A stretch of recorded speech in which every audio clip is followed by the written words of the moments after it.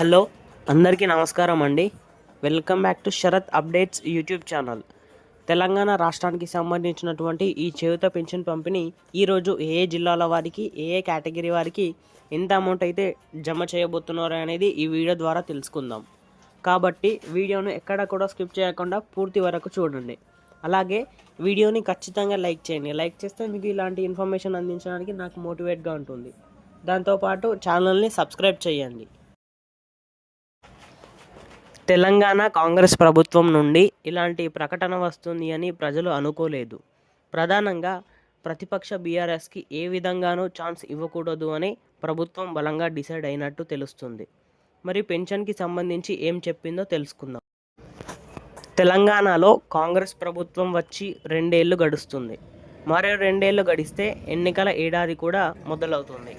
ఇలాంటి సమయంలో ఇచ్చిన హామీలు ఎంతవరకు నెరవేర్చాలన్నది కీలక అంశంగా మారింది. ఇప్పటి వరకు 6 గ్యారంటీ హామీలలో కొన్నింటిని మాత్రం ప్రభుత్వం అమలు చేయలేదు, మరికొన్నింటిని సంపూర్ణంగా అమలు చేయలేదు. మరికొన్ని హామీలను మాత్రం బాగానే అమలు చేస్తుంది.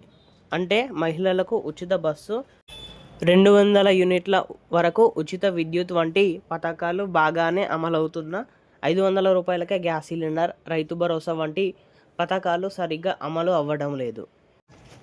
ఇక మహిళలకు ఇస్తామన్న నెలవారీ 2500 రూపాయలు ఇంకా ఇవ్వలేదు.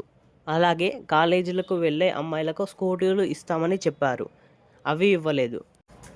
ఇలా హామీల అమలు కొంత సంతృప్తిగా, కొంత అసంతృప్తిగా సాగుతుంది. మరోవైపు పెన్షన్ పెంచుతామని చెప్పిన ప్రభుత్వం ఇప్పటి వరకు పెంచలేదు. దీనిపై ప్రతిపక్షాలు ప్రశ్నించడం మొదలుపెట్టాయి.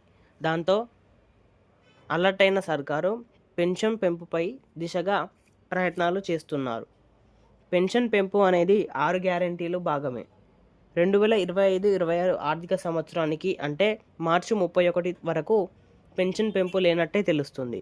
అయితే ఆర్థిక సంవత్సరం మొదలైన తరువాత 2026-27 ఏప్రిల్ నుండి పెన్షన్ పెంపు ఉండొచ్చు అని అంటున్నారు. దీనిపై అంతర్గతంగా చర్చ సాగుతుంది. ప్రధానంగా పెన్షన్ ఎంత పెంచాలి అనేది కూడా చర్చగా మారింది. హామీ ప్రకారం అయితే సాధారణ పెన్షన్ను 4000 రూపాయలకు చేయాలి. అలాగే దివ్యాంగులకు నెలకు 6000 చొప్పున పెన్షన్ ఇవ్వాలి. కానీ ప్రభుత్వం అంతా పెంచేలా కనిపించడం లేదు. 500 రూపాయలకే లేదా 1000 రూపాయలకే పెంచే అవకాశం ఉన్నట్టు ఆలోచన ఉన్నట్టు తెలుస్తుంది. కనీసం అదైనా పెంచితే బాగుండు అని పేదలు ఎదురు చూస్తున్నారు. మరోవైపు తెలంగాణలో సంక్షేమ పథకాలు అమలులో పారదర్శకత పెంచేందుకు ప్రభుత్వం చర్యలు చేపట్టింది. సామాజిక భద్రత పెన్షన్లో అక్రమాలను అరికెట్టేందుకు సోషల్ ఆడిట్ కఠినతనం చేయాలని ఆదేశించింది. పైలట్ ప్రాజెక్టులో 10% అనర్హులు పెన్షన్లు పొందుతున్నట్టు తెలుస్తుంది. ఈ ఆడిట్ను రాష్ట్ర వ్యాప్తంగా విస్తరించి అర్హులైన పేదలకే లబ్ధి చేకూర్చాలని ప్రభుత్వ లక్ష్యంగా మారింది.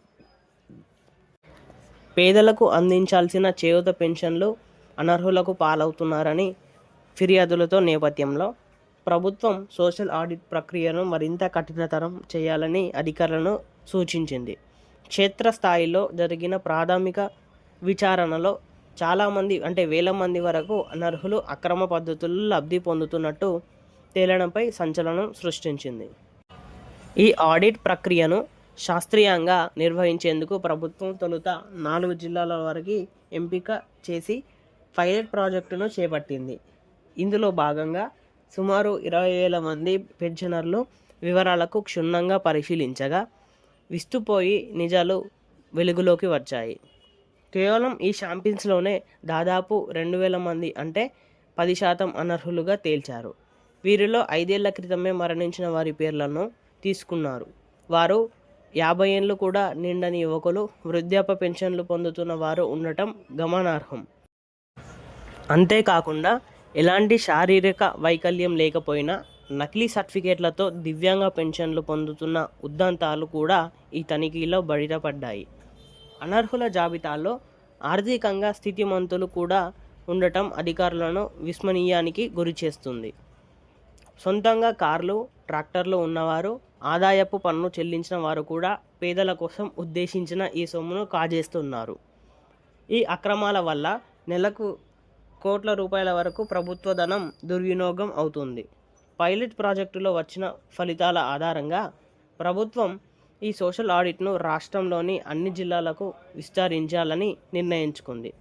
గ్రామ సభల ద్వారా స్థానికులకు సమీక్షలో ఈ తనిఖీలు నిర్వహించి నిజమైన పేదలకు అన్యాయం జరగకుండా చూడాలని ప్రభుత్వం యోచిస్తుంది. సోషల్ ఆడిట్ పూర్తయిన తర్వాత అనర్హులుగా తేలితే వాళ్ళందరినీ జాబితా నుండి తొలగించడం జరుగుతుంది. తెలంగాణ యొక్క చేయూత పెన్షన్ల గురించి మరెన్నో లేటెస్ట్ అప్డేట్స్ కోసం మన ఛానల్ని సబ్స్క్రైబ్ చేయండి. వీడియోలో కొంచెమైనా సమాచారం తెలుసుకున్నట్టు అనిపిస్తే లైక్ చేసి మీ మిత్రులకు షేర్ చేయండి.